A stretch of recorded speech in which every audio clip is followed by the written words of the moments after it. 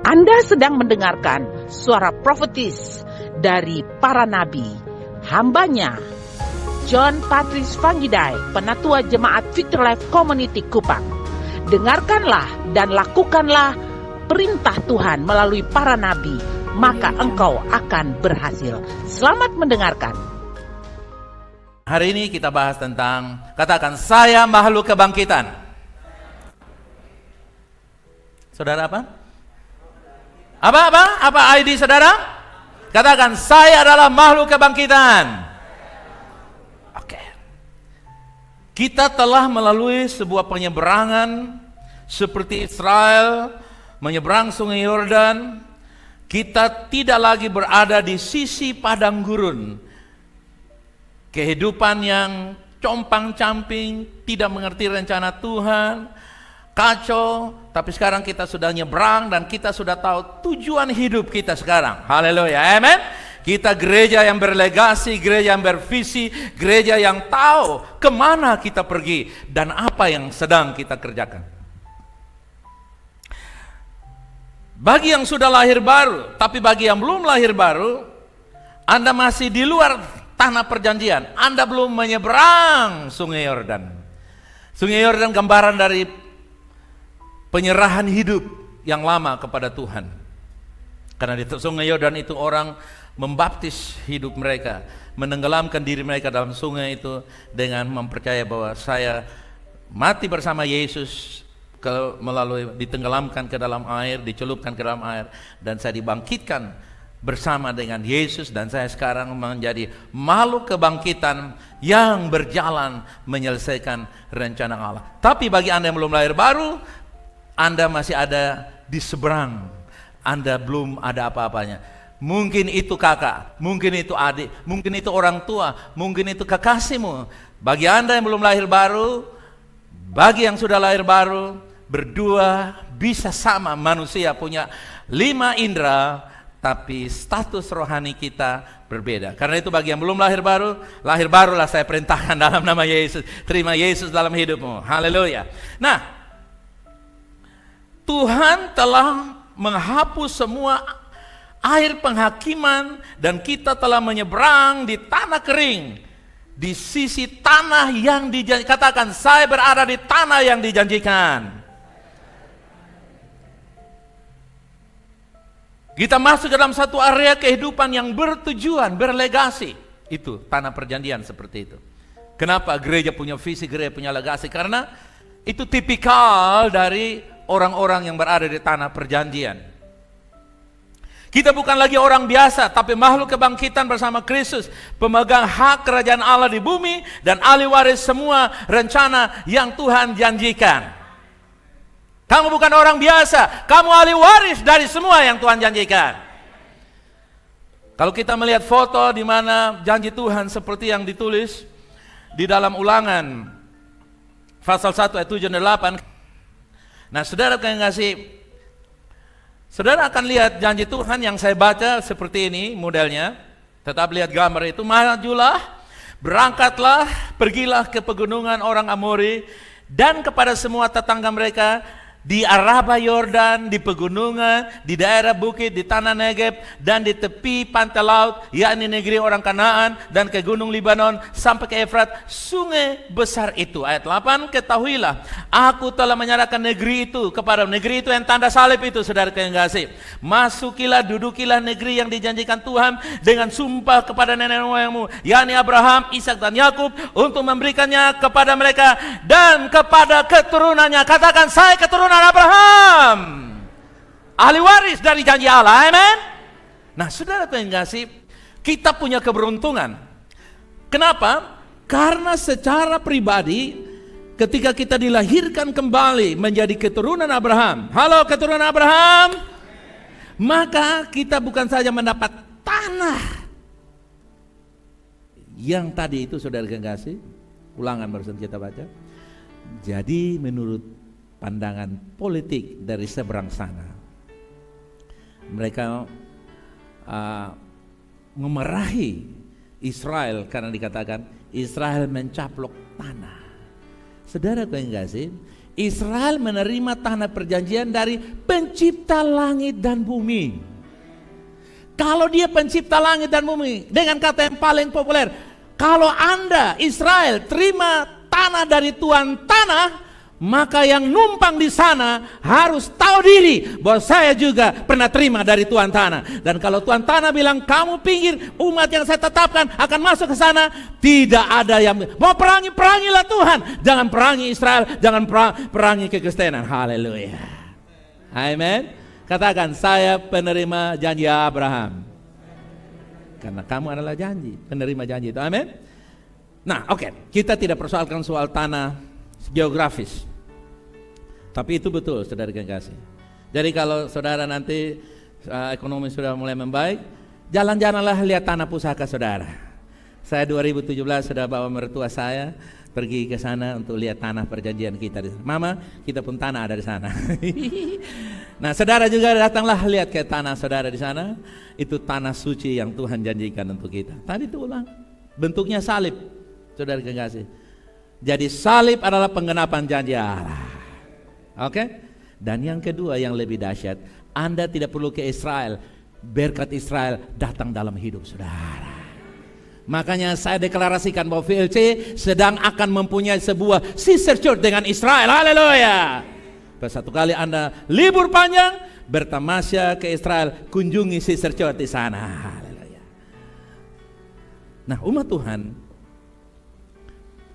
kita adalah makhluk yang dibangkitkan, yang telah mati bagi hukum Taurat dan selamanya hidup bagi Tuhan, serta mampu menghasilkan buah yang baik bagi Tuhan. Katakan I am. Haleluya. Yes, you are. Kita mampu. Kenapa? Karena kita sudah mati bagi Taurat dan dihidupkan bersama dengan Kristus. Di dalam Lukas 4 ayat 19 ada nubuatan di sana dikatakan begini, untuk memberitakan pembebasan kepada tawanan dan penglihatan bagi orang-orang buta, untuk membebaskan orang-orang yang tertindas, untuk memberitakan tahun rahmat Tuhan sudah datang. Coba katakan, tahun rahmat Tuhan sudah datang. Come on. The year of favor of God is coming. Nah, saudara, tahun apa sekarang? Sekarang adalah tahun kemurahan Tuhan. Amin. Tahun rahmat Tuhan, tahun percepatan dan peningkatan supernatural. Haleluya. Amin. Bukan kelimpahan supernatural. Saya tidak pernah menyebut kelimpahan. Percepatan dan peningkatan supernatural. Ini tahun apa, saudara? Kalau saudara percaya itu terjadi dalam area hidup saudara.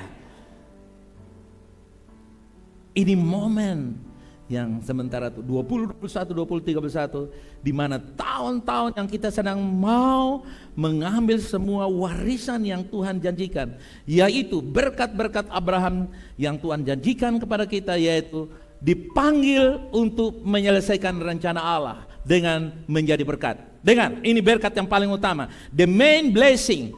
The premier blessing di sini, yaitu dipanggil untuk menerima berkat dan menjadi berkat bagi bangsa-bangsa. Berkat utama dari Abraham untuk saya dan saudara Kristus adalah apa? Dipanggil untuk menerima berkat dan menjadi berkat bagi bangsa-bangsa. Keturunanmu akan menjadi berkat bagi bangsa-bangsa. Engkau bisa kuliah dokter di Timur, tapi menjadi dokter di Amerika. Haleluya. Tidak ada mustahil. Bisa. Bisa terjadi. Hanya masalahnya mama bilang, weh, kalau pi mama sendiri. Nah itu dia, saudara kekasih. Penghalang manifestasi berkat dalam kehidupan kita adalah feeling. Apa saudara? Feeling. Perasaan kita, pikiran kita, logik kita, yang seringkali Tuhan mau membawa berkat bangsa-bangsa datang ke rumah kita, kita bilang, beta Timur nih, cocok makan keju, cocok makan katemak, maka terjadilah katemak dalam hidup saudara. Oke? No way. Katakan, saya penerima dan penikmat berkat Allah. Tepuk tangan begini, saya penerima dan penikmat berkat Allah. Haleluya. Lanjutkan tepuk tangan bagi dia, come on.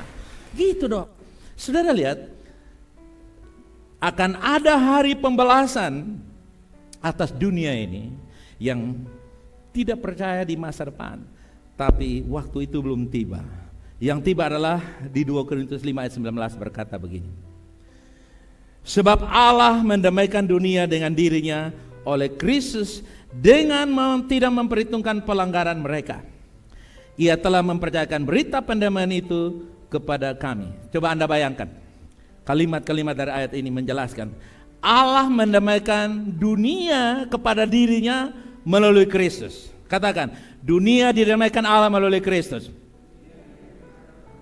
Dan yang kedua yang tidak kalah pentingnya dengan yang pertama adalah berita pendamaian itu dipercayakan kepada gereja, kepada saya dan saudara.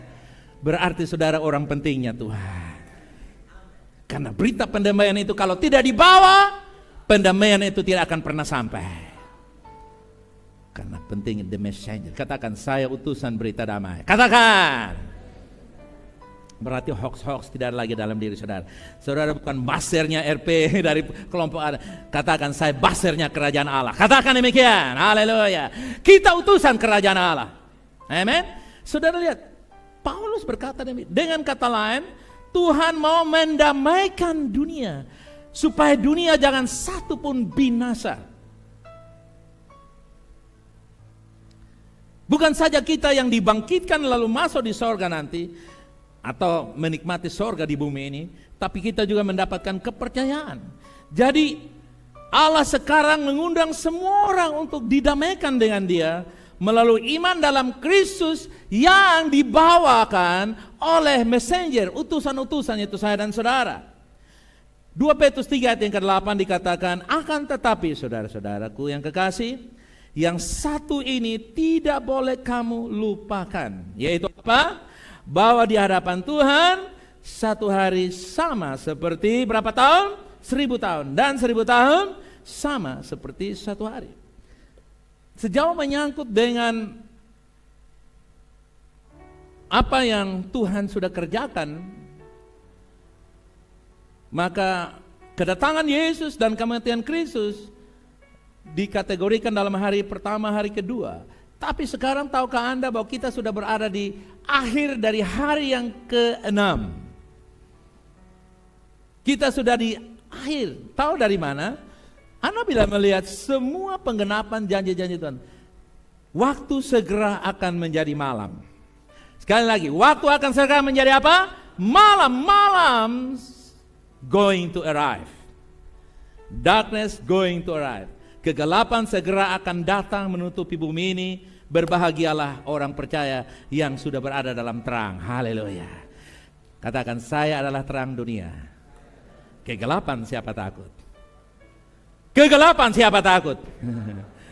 Sudah lihat, kita tidak berada. Dunia akan sedang berada ke sana nanti, dan kita berada dalam tahun rahmat Tuhan. Haleluya. Kita berada di ujung hari yang ke-6. Sebentar lagi kegelapan akan tiba. Karena itu saudara kekasih, dari Lukas 23 ayat yang ke-6 dikatakan, lalu Yesus berseru.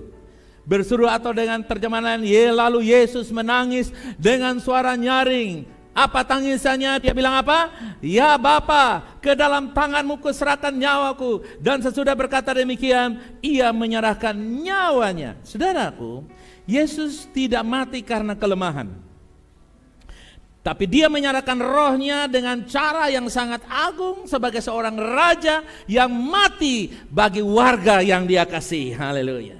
Biasanya warga yang mau mati bagi raja. Tapi hari ini kebenaran menjelaskan raja segala raja mati bagi umatnya. Haleluya. Nah, umat Tuhan, Yohanes pasal ke-14 ayat 16 dan 17 dikatakan, setelah kematian Yesus, dia naik ke sorga. Dia pernah menjanjikan kepada kita di dalam Yohanes 14, 16, aku akan meminta kepada Bapa dan ia akan memberikan kepadamu seorang penolong yang lain, supaya ia menyertai kamu berapa lama? Selama-lamanya. Yaitu apa? Roh kebenaran. Yang menyertai saudara adalah apa? Roh kebenaran. Dunia tidak dapat menerima dia, sebab dunia tidak melihat dia dan tidak mengenal dia. tetapi kamu mengenal Dia, sebab Ia menyertai kamu dan akan diam di dalam kamu. Haleluya, akan diam di dalam kamu. Roh Kudus sekarang tinggal secara permanen di dalam saya. Katakan, Roh Kudus tinggal permanen dalam saya. Amin. Saudara percaya Roh Kudus tinggal dalam diri saudara? Tinggalnya permanen? Tidak Senin dia keluar karena saudara lupa baca Alkitab, lupa berdoa, sedikit marah-marah, sedikit lakukan ini, sedikit error dan sedikit jatuh, lalu Roh Kudus beta keluar sebentar. Lalu kita perbaiki diri lagi. Kalau Roh Kudus keluar dan Anda perbaiki diri, sampai kapanpun daging kita tidak bisa memperbaiki dirinya sendiri. Anda bisa perbaiki diri karena Roh ada dalam diri saudara. Kekuatan moral tidak bisa. Kekuatan seorang mentor atau seorang coach, pelatih, tidak mampu merubah saudara seperti yang Tuhan inginkan. 1 Yohanes 4 ayat yang keempat. Saya mau kita baca ayat ini. 2, 3, go! Kamu katakan saya berasal dari Allah. Come on! Haleluya. Dan telah mengalahkan apa? Nabi-nabi palsu itu. Sebab apa? Roh yang ada di dalam saya. Oke, lihat saya dan jawab saya. Lihat dan jawab saya. Sebab roh yang dalam saya. Haleluya. Kalau saya yang jawab, lebih besar dari dalam saya. Sebab roh di dalam saya lebih besar dari dia yang ada di mana? Roh. Jadi kalau perasaan takut datang, kamu bilang kepada perasaan takut, kamu itu sudah dikalahkan dengan roh yang lebih besar dalam kamu. Takut celaka, takut ini, takut rugi, takut sial, takut semua. Pokoknya semua yang menakutkan saudara sudah ditaklukkan di dalam kekuatan roh yang ada di diri saudara. Kenapa disebut nabi-nabi palsu? Yang namanya palsu, pasti dia selalu membuat saudara tidak menemukan yang asli. Yang asli selalu menunjukkan yang palsu, tapi yang palsu tidak pernah menunjukkan yang asli. Kenapa? Kalau palsu menunjukkan yang asli, berarti orang beli yang mana? Berarti orang percaya yang mana? Berarti kalau saudara tahu yang asli mana, yang palsu mana, karena palsu kasih tahu saya ini palsu, saya ini madu campur gula, maka yang asli akan dibeli oleh orang lain. Tetapi kebenaran selalu memberitahukan tanpa dikasih tahu pun, kalau Anda punya roh kebenaran, Anda akan menilai yang palsu itu di mana. Amin, saudara. Walaupun Anda tidak sekolah, apalagi sekolah minimal tamat SMP ini. Amin. Roh, katakan roh di dalam saya akan mengajarkan saya kebenaran-kebenaran. Dan dengan sendirinya palsu minggat dari saya, palsu takut datang kepada saya, karena saya memiliki roh kebenaran. Amin. Itu kan kamu sudah kalahkan nabi palsu tuh. Nabi palsu yang mana? Nabi palsu itu dia pakai jaket kulit hitam. Tidak cocok itu nabi palsu. Tapi kalau pakai jubah putih, itu yang orang kudus. Anda keliru, karena nabi palsu tidak dinilai dari pakaiannya, tapi dinilai dari pengaruhnya. Dinilai dari apa? Kalau HP saudara mempengaruhi saudara lebih kuat, maka HP-mu menjadi apa? Nabi palsu. Dan supaya nabi palsu itu bisa bertobat, cuci di dalam air. Maka dia tidak akan berfungsi nabi palsu lagi.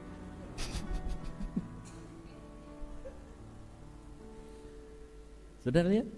Nah dulu kita belum mengerti, kita cari nabi palsu, lalu kita mulai guru-guru sekolah minggu, anak-anak nabi palsu itu adalah dia pendek, dia bertanduk 7. Orang tambah bingung. Nabi palsu adalah pengaruh-pengaruh duniawi yang menentang kebenaran. Amin, saudara. Yang membelokkan, yang palsu itu artinya serupa tapi tak sama. Dia kelihatannya menguntungkan. Judi online kelihatan menguntungkan. Judi kelihatannya menguntungkan. Bohong-bohong kelihatannya menguntungkan. Tipu-tipu kelihatannya menguntungkan. Mencuri kelihatannya menguntungkan. Kenapa? Karena barang taruh sana, ambil hilang, kan enak. Tidak bikin hanya ambil bawa pulang. Hitung berapa? Skap listrik 1 juta, besi galing 300.000, 1,2 sudah ada di rumahnya. Hanya ambil saja. Tapi kalau udah Anda mesti kerja, kumpul uang beli skap listrik 1 juta, beli besi galing 300.000, Anda punya pikiran mesti jalan. Ini kerjakan berat. Tetapi nakoda berkata, saudara kasih, pencuri berkata, ambil saja, kan dia tidak tahu. Judi saja, narkoba saja, supaya sebelum ke sorga, kamu ada di sorga. Dengar, serupa tapi apa? Itu yang dimaksud. Kenapa dia bilang rohmu dalam diri lebih besar? Karena pengaruh dunia ini sangat powerful. Semua pengaruh-pengaruh jahat didrive oleh roh jahat. Semua kebenaran dipengaruhi oleh roh kebenaran. Tidak ada kompromi.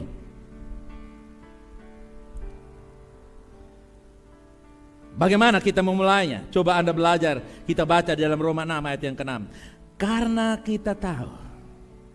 Yang sudah tahu katakan amin. Tahu apanya? Tahu apanya? Baca. Apa?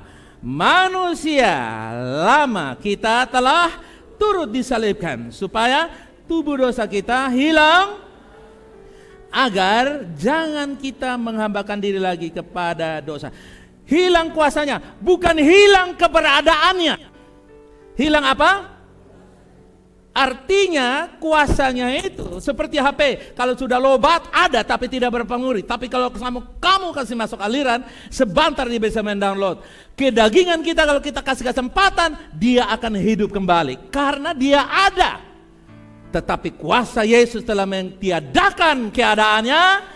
Haleluya. Kalau Yesus sudah meniadakannya dengan mati dan saudara mati bersama dengan kita, manusia lama kita telah disingkirkan dengan cara disalibkan bersama dengan Kristus. Sekali lagi, keluarkan klip itu atau apa slide itu. Come on. 1, 2. Baca 2, 3.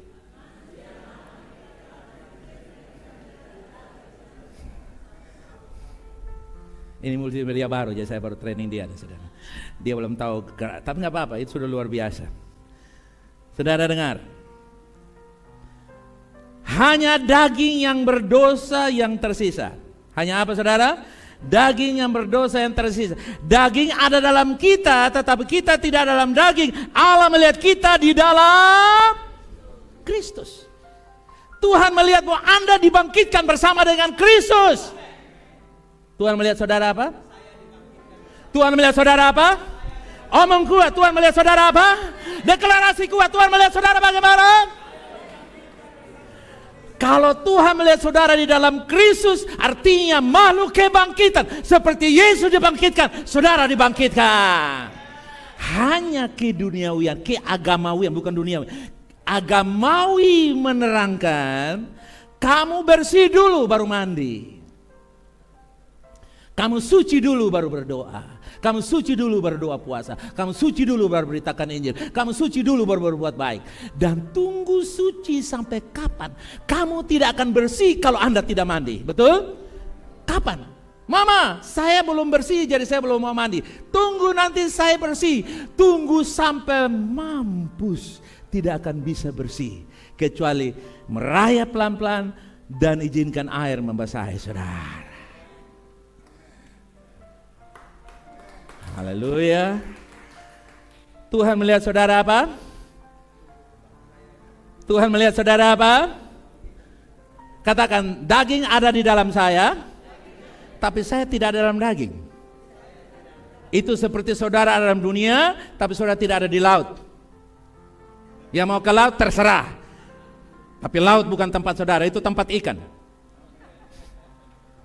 Amin saudara.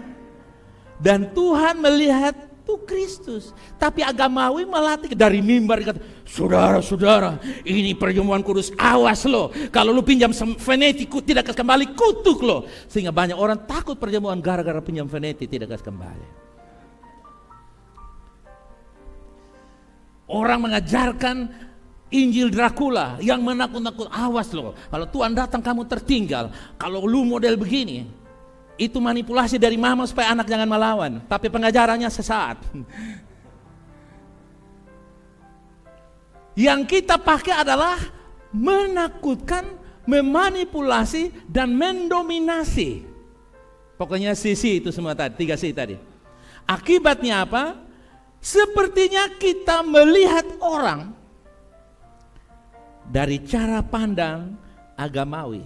Dia nih kurang bagus, dia nih belum bagus, dia nih belum suci, dia nih belum seperti Tuhan, seperti beta, seperti Tuhan. Wih, hebat sekali ya. Roma 6 ayat 11. Demikianlah hendaknya kamu memandang. Demikianlah hendaknya siapa memandang? Demikianlah hendak siapa memandang? Sebutkan nama saudara. Demikian hendaknya siapa memandang? VLC memandang bahwa VLC telah, tetapi kamu hidup, yes, dalam Kristus. Kalau saudara dalam rumah ini, apapun terjadi di luar rumah ini melindungi saudara. Apapun erorisme saudara, ketidaksempurnaan saudara, jangan takut. Kristus menjamin Anda. Nah, sekarang begini. Kalau sebagai seorang mahasiswa, dia bangun pagi. Kalau saudara pernah mahasiswa dan saudara mahasiswa, bangun pagi, saudara berpikir apa? Tugasnya apa, belajar apa? Seorang karyawan, bangun pagi pikirnya apa? Oh, hari ini tugas apa saya mesti masuk? Dengan sendirinya. Tidak ada mama bilang, anak ini semester 17. Semester berapa? 17. Anak bangun sikat gigi, tak lupa menggosok gigi, bangun. Ini bukan mahasiswa. In-depth collapse. Saudara tahu, kalau dia sadar keberadaannya dia sebagai seorang karyawan, seorang mahasiswa, belajar tidak perlu disuruh-suruh. Bekerja datang on time, disiplin, tidak perlu apa? Disuruh. Karena dia terpacu, saya karyawan, saya mesti menguntungkan perusahaan saya, menguntungkan negara, menguntungkan yayasan, organisasi saya. Dia kerja, dia loyal. Kenapa? Karena dia tahu ID-nya, dia adalah seorang karyawan. Kalau Anda tahu Anda adalah makhluk kebangkitan, dibangkitkan bersama dengan Yesus, rokok dibuang dari saudara, minuman keras, mabuk, makan, tipu-tipu, kowe-kowe, semua yang negatif dengan sendirinya Anda singkirkan karena ID-mu membenarkan engkau. Roh bersaksi dalam dirimu, bahwa roh dalam dirimu apa? Lebih besar. Tapi seringkali saudara, kita mencap diri sendiri. Kamu belum seperti si A, si B, si C. Kamu belum seperti Yesus, kamu belum seperti Rasul Paulus, kamu belum seperti si penatua, kamu belum seperti ini. Kamu masih lemah, kamu belum bisa, kamu belum bisa. Belum sekarang. Kapan saudara? Jawabannya paling sederhana, paling bijaksana menurut penipuan. Bilang apa? Belum sekarang. Kamu belum bisa dewasa sekarang, kamu belum bisa menang sekarang, kamu belum bisa dipakai Tuhan sekarang. Nah, kalau tidak dipakai Tuhan sekarang, pakai siapa? Dipakai oleh siapa? Nah, kalau bukan Tuhan ya hantu antara dua itu. Nah, perasaan agamawi selalu menyudutkan kita bahwa kita tidak layak. Perasaan apa saudara? Dia, kamu belum layak, kamu belum bisa, tapi kalau makan bisa. Kalau terima uang banyak, bisa. Kalau bersenang-senang, bisa. Saudara lihat? Itulah sebabnya saudara, dari tempat ini saya mau mengumumkan satu berita. Hari ini VLC adalah makhluk kebangkitan bersama dengan Kristus. Amin. Apapun keadaan saudara, no matter who you are the creature being of the resurrection of Christ. Apapun keadaan saudara, mental saudara, perasaan saudara, bad mood, very bad mood, you are the resurrection being of Christ. Engkau makhluk kebangkitan Kristus, apapun keadaannya. Amin. Kalau kamu tahu ini, roh agamawi minggat, kelepasan terjadi dalam hidup saudara. Tapi kalau engkau pelihara ternak roh agamawi, beta ini belum layak, beta ini belum bisa, beta ini belum sanggup. Wih, kata ketidaksanggupan kadang-kadang, bukan kadang, banyak kali, sering, selalu dimanipulasi oleh roh agamawi. Saya belum, apa saudara? Belum sanggup. Dan tunggu sampai kapanpun Anda tidak bisa. Kecuali Paulus berkata, segala perkara dapatku tanggung dalam Dia yang memberikan kekuatan kepadaku. Amin. Nah, memandang dirimu seperti itu.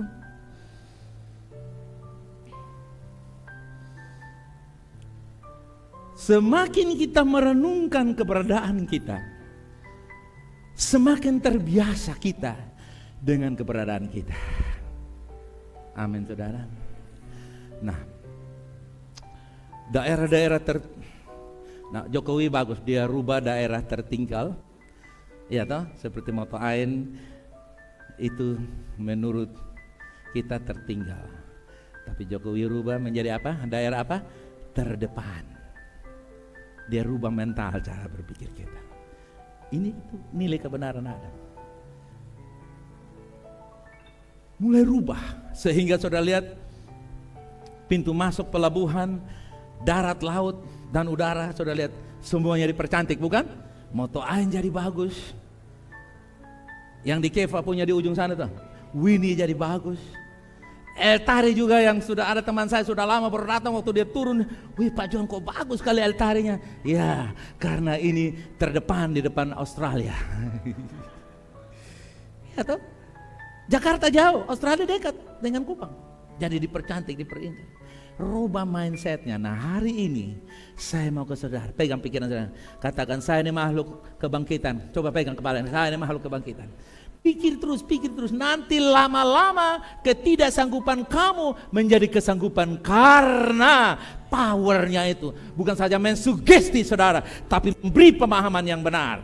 Kenapa bangun pagi terus mandi dan tak lupa sikat gigi? Karena sudah menjadi kebiasaan. Dari dulu mama selalu ajar, bangun pagi tidak lupa Mama Siri. Mama Siri apa? Mama Siri lagi, orang gosok gigi kok Mama Siri. Saudara, kenapa kamu otomatis sikat gigi? Karena your brain is formed by your mom and dad. Otak kita dibentuk oleh mama. Bangun pagi ku terus tolong mama. Tak lupa tolong mama pun hanya masa bubur saja tolong mama. 5 anak bangun tolong mama. Oke? Yang mengerti kasih kata amin yang luar biasa. Nah, alam jiwa yaitu kehendak. Yang lagi. Oh, kita naik ke atas sedikit. Pengalaman kita sebagai manusia dosa tampaknya hidup di dalam kita, tetapi bagi iman kita mati terhadap dosa. Katakan, bagi iman saya sudah mati. Amin. Alam jiwa kita harus menganggap bahwa kita ini sudah mati. Karena itulah kebenaran yang terjadi bahwa saya sudah mati dan bangkit bersama dengan Yesus. Alam jiwa, pikiran, perasaan, emosi kita adalah tempat di mana kita masih perlu diperbaharui dengan menerima firman. Perenungan firman itu membarui pikiran, perasaan, dan emosi kita. Haleluya. Jadi rohmu dibangkitkan bersama Yesus, tapi alam, emosi, pikiran, perasaan, dan kehendakmu harus dicuci dengan air firman kehidupan. Yesus berkata, kamu memang sudah bersih oleh apa? Firman yang kusampaikan. Jadi perenungan firman itu penting untuk membersihkan jiwa kita, pikiran, perasaan, dan kehendak kita. Yang mengerti katakan amin. Nah, saudara yang kasih, tanpa perenungan firman, rohmu memang dibangkitkan, tapi powernya tidak ada. Bukan roh lemah. Karena jembatan penghubung antara tubuh memanifestasi dalam badan saudara, tubuh saudara, diperlukan jiwa yang sehat. Jiwa yang sehat bukan olahraga, tapi jiwa yang sehat perenungan firman Allah. Olahraga hanya jasmani sehat, tapi tanpa firman melemahkan rohani yang membawa dampak kepada jasmani. Galatia 2:19, sebab aku telah mati oleh hukum Taurat, untuk hukum Taurat, supaya aku hidup untuk Allah. Aku telah disalibkan dengan Kristus. Jadi umat Tuhan, perhatikan di sini. Tuhan memberikan hukum Taurat untuk menyingkapkan keberdosan manusia, bukan agar manusia dapat dibenarkan karena menuruti hukum Taurat.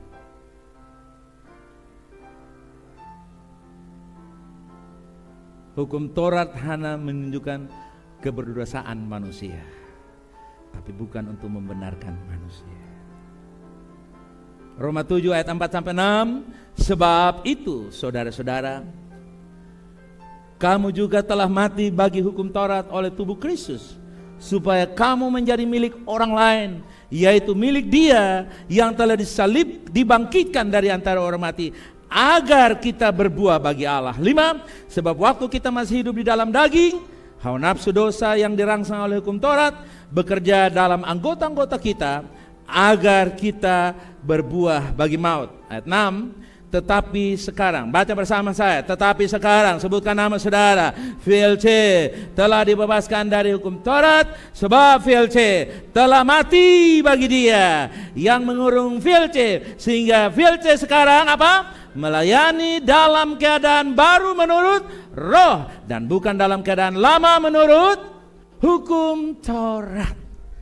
Saudara lihat, kita dalam konteks mengalami sebuah pembaruan yang dikerjakan oleh Roh Allah dalam kasih karunia yang Yesus lepaskan untuk kita. Umat Tuhan, Yesus tidak menyelamatkan kita hanya agar kita dapat kembali ke pemeliharaan Taurat. No. Kalau Yesus menyelamatkan kita lalu kita kembali ke Taurat, itu seperti saudara sudah turun dari atas pesawat, maksudnya mau naik ke Kupang, saudara langsung ke ruang keberangkatan, naik lagi ikut pesawat yang akan kembali ke Jakarta. Ngapain kamu datang ke Kupang kalau mau ke Jakarta? Itulah sebabnya Yesus mati untuk saya dan saudara, untuk dunia ini. Bukan kita kembali kepada Taurat, tapi kita hidup di bawah anugerah yang berlimpah. Kita mati bersama dengan Kristus ketika kita menaruh iman kita di dalam Dia. Persatuan kita dengan Yesus menghasilkan buah yang baik bagi Allah menurut Roma 4 ayat 4 Roma 7 ayat 4 sampai 6.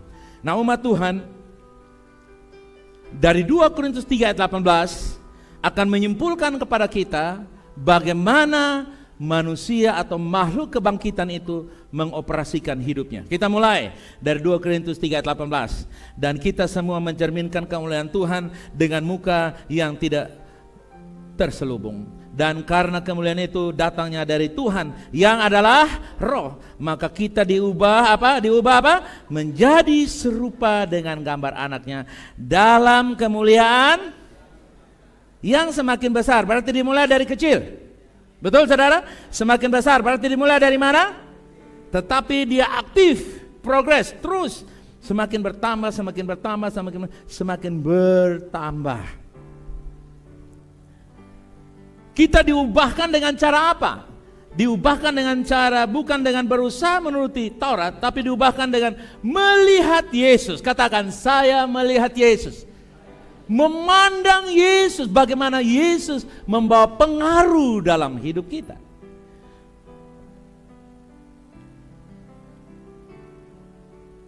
Roma pasal yang ke-7 dikatakan, tetapi sekarang kita telah dibebaskan dari hukum Taurat. Sebab kita telah mati bagi Dia yang mengurung kita, sehingga kita sekarang melayani dalam keadaan baru menurut Taurat. Oke, sekarang saudara lihat di dalam ayat yang ke-7, demikian apakah yang hendak kita katakan? Apakah hukum Taurat itu dosa? Sekali-kali tidak. Sebaliknya justru oleh hukum Taurat aku telah mengenal dosa, karena aku juga tidak tahu apa itu keinginan. Kalau hukum Taurat tidak mengatakan jangan mengingini. Yang ke-8, tetapi dalam perintah itu dosa mendapat kesempatan untuk membangkitkan di dalam diriku rupa-rupa keinginan. Sebab tanpa hukum Taurat dosa mati. Saudaraku yang kekasih, Paulus sedang berbicara tentang sebuah perintah, bukan hukum yang sekedar upacara biasa, tapi dia menyebut mengingini yang merupakan salah satu dari 10 perintah, keinginan. Saudaraku yang kekasih, hukum Taurat adalah satu kesatuan yang utuh. Jika kita melanggar satu perintah, maka dianggap telah melanggar semua yang lain. Seperti rantai kalau putus, maka yang lain akan terceberai. Demikian pula Taurat, kalau Anda sudah taat 9, begitu satu gagal, maka yang lain runtuh semuanya. Seperti rantai di leher saudara, kalau satu lepas, yang lain hilang. Itu Taurat. Itulah sebabnya saudara yang kasih, dosa tidak bekerja dengan sendirinya, tapi dia mengambil keuntungan karena Taurat diberikan. Puji Tuhan, Yesus datang mengubah saya dan saudara. Dia mati untuk saya dan saudara. Haleluya. Nah, saudara lihat, Kita langsung di Yohanes 1 ayat 17. Yohanes 1 ayat 17, sebab hukum Taurat diberikan oleh Musa. Siapa pemberi hukum Taurat? Tetapi kasih karunia dan kebenaran datang oleh siapa? Nah, Bapak Ibu jemaat Tuhan, kita melihat dua perbedaan yang sangat bertolak belakang. Taurat datang dari Musa, kebenaran dan kasih karunia dan kebenaran datang oleh Yesus. Artinya apa? Hukum Taurat itu hanya menunjukkan siapa Yesus dari jauh. Tapi begitu Yesus datang, yang dari jauh itu harusnya sudah tidak lagi berlaku dalam hidup kita dengan sendirinya. Walaupun dia masih ada di situ, tapi dia tidak berlaku lagi. Karena itu kita tidak menghapus Taurat di dalam Alkitab, kita masih membaca merenungkan, tapi kita tidak didrive dengan Taurat, kita didrive dengan kebenaran dan anugerah. Katakan, saya didorong oleh anugerah dan kebenaran. Come on. Nah, kebenaran kita itu ada di sorga. Katakan, kebenaran saya ada di sorga. Kebenaran yang kita miliki tidak produk sekolah Alkitab tertentu, tidak produk yang datang dari seorang nabi dan rasul, tokoh pengajar tertentu, tapi kebenaran kita bersumber dari sorga. Sorga yang mengimpartasikan, karena dikatakan tadi, Yesus datang dengan membawa kebenaran. Yesus datang membawa apa, saudara? Kebenaran. Karena dia itulah kebenaran sendiri. Jadi orang percaya yang dilahirkan kembali, mati terhadap dosa sekali, dan untuk berapa lama? Selama-lamanya. Kita telah mati di dalam penjara dosa dan dibangkitkan di dalam penjara kebenaran. Katakan, saya dalam penjara kebenaran. Tak satu pun dari pekerjaan kita dapat membatalkan keselamatan yang kita pekerjaan kita apa? Kedagingan, kesalahan kita, perbuatan daging tidak dapat membatalkan apa yang datang dari sorga. Ini prinsip harus kuat kita kerjakan. Jangan balik. Jemaat itu harus dibombardi dulu. Dia sudah rasa takut, dia rasa takut neraka, baru kita masukkan kebenaran. Terlambat dan salah. Makanya suruh lihat anak-anak kecil. Kalau dia dari awal dikasih tahu hijau itu putih, sampai kapanpun dia percaya hijau itu putih. Karena memang tidak ada kamus lain kecuali hijau itu dia putih-putih, putih-putih hijau. Saudara lihat. Nah, 1 Korintus 1 ayat 21 dikatakan begini. Oleh karena dunia dalam hikmat Allah tidak mengenal dia oleh hikmat Allah, maka Allah berkenan menyelamatkan mereka yang percaya. Yang percaya katakan amin.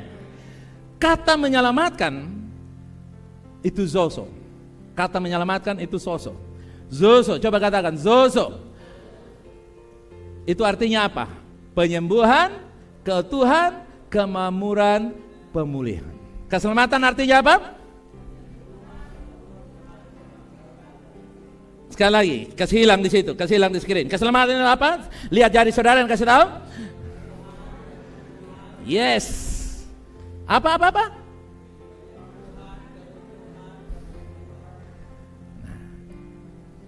Dengar. 4 unsur itu yang menyangkut keselamatan. Jadi keselamatan itu bukan mati masuk surga. Kalau Anda percaya Anda diselamatkan, ekonomimu sudah diutuh kembali. Amin. Penyakitmu disembuhkan. Haleluya, amin. Kamu bisa mendapatkan yang terbaik. Pemulihan, kemakmuran, keutuhan, penyembuhan terjadi karena keselamatan itu bersifat utuh. Keselamatan bersifat apa? Utuh. Saudara mesti tangkap ini.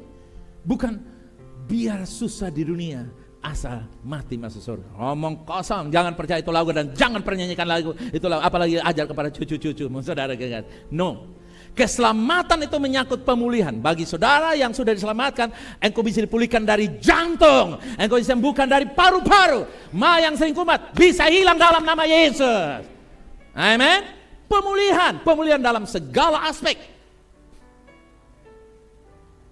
Hanya dalam perjalanan inilah yang kita mesti belajar bergantung. Makanya tadi pagi saya keluarkan klip pembuka.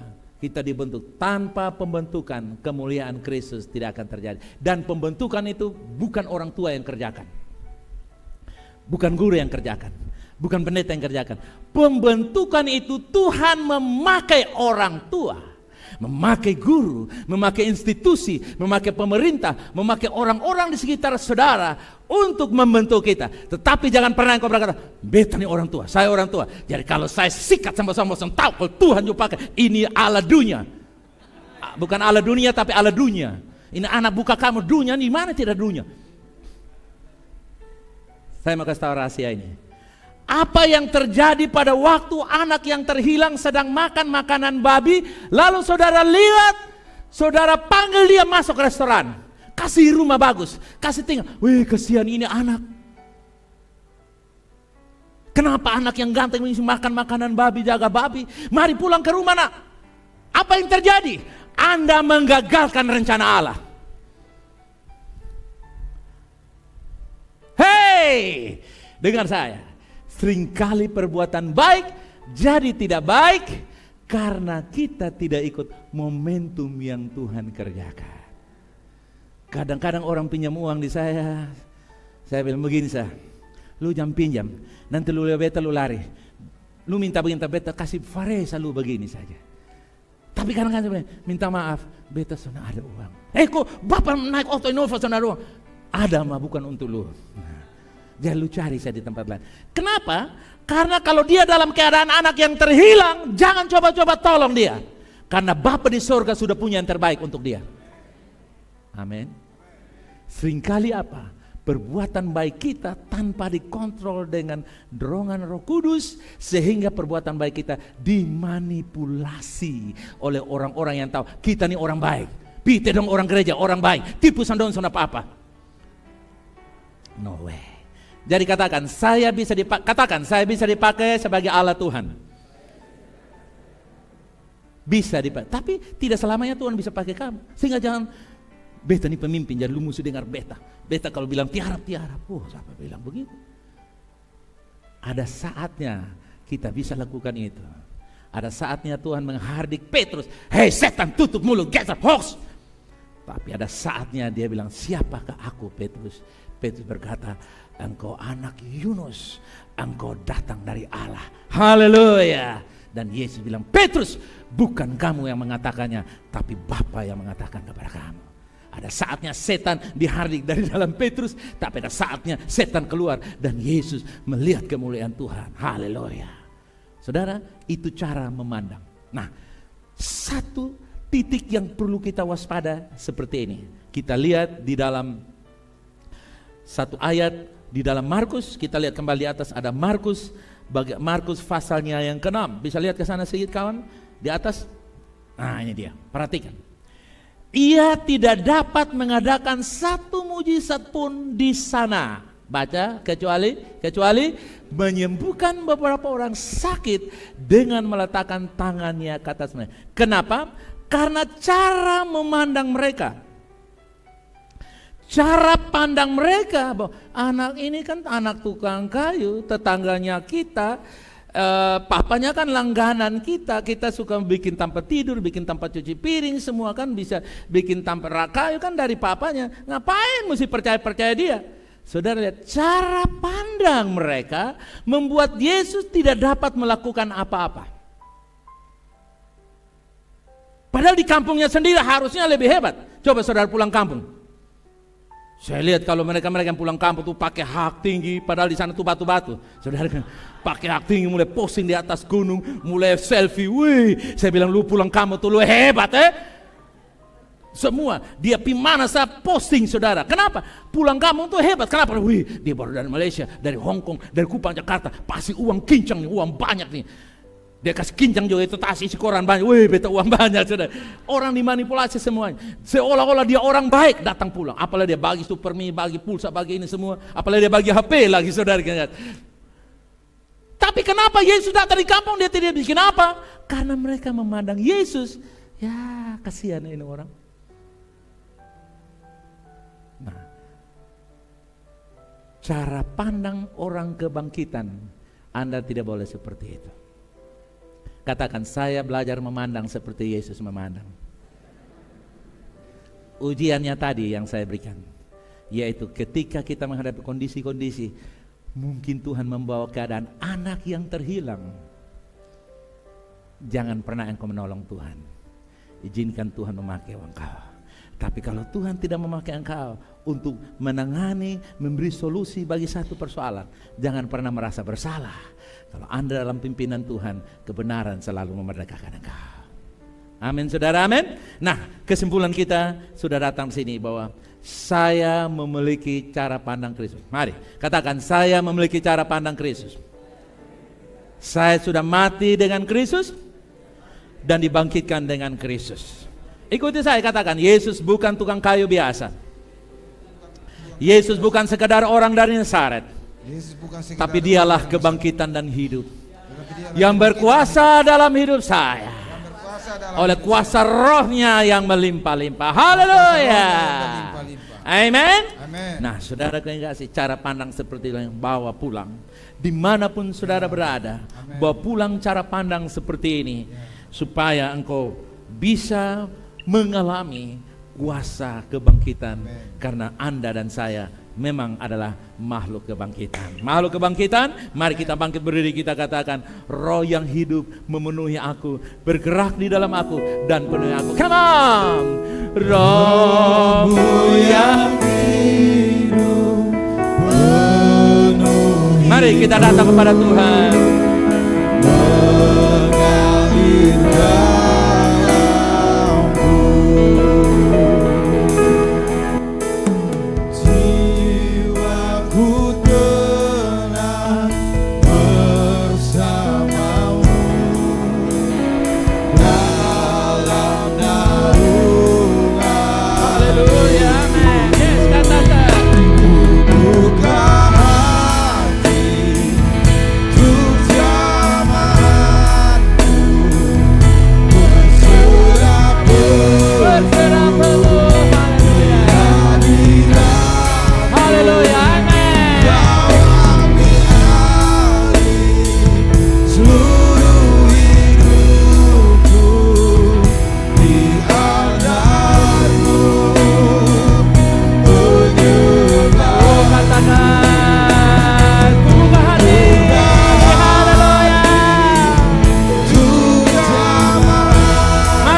Tuhan, buka hati kepada Dia.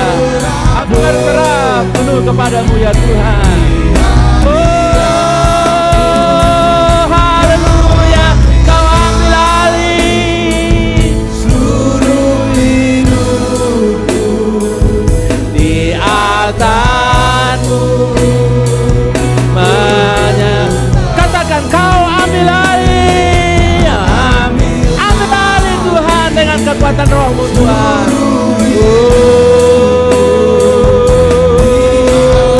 Di altar-Mu Tuhan. Katakan, kau ambil alih Tuhan. Kau ambil alih rumah Tuhan.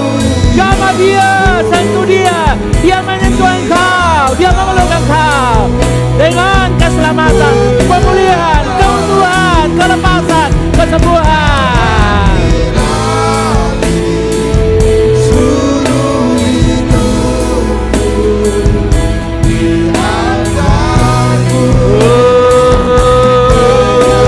Di altar-Mu aku menyembah Engkau Tuhan. Di altar-Mu Tuhan, ku menyembah-Mu Tuhan. Di altar-Mu Tuhan, aku persembahkan hidup Tuhan. Di altar-Mu, di altar-Mu, menyembah-Mu.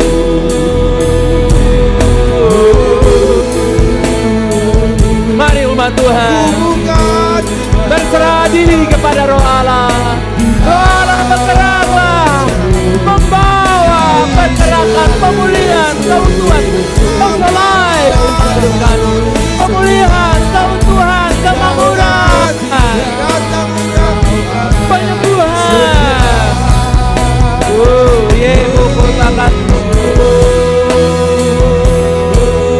Come on, touch them Lord. Roh sedang menjamah Engkau.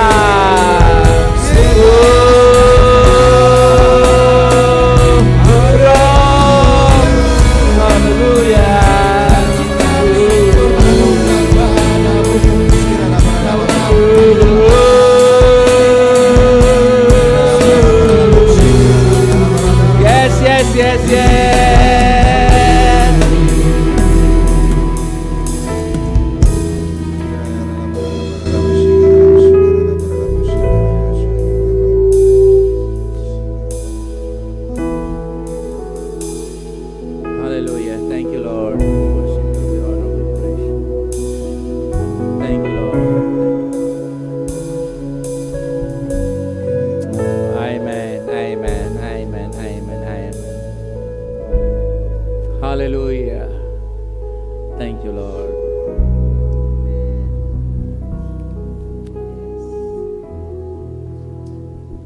Umat Tuhan, pulang dan renungkan kebenaran ini dan terus melihat dirimu adalah makhluk kebangkitan.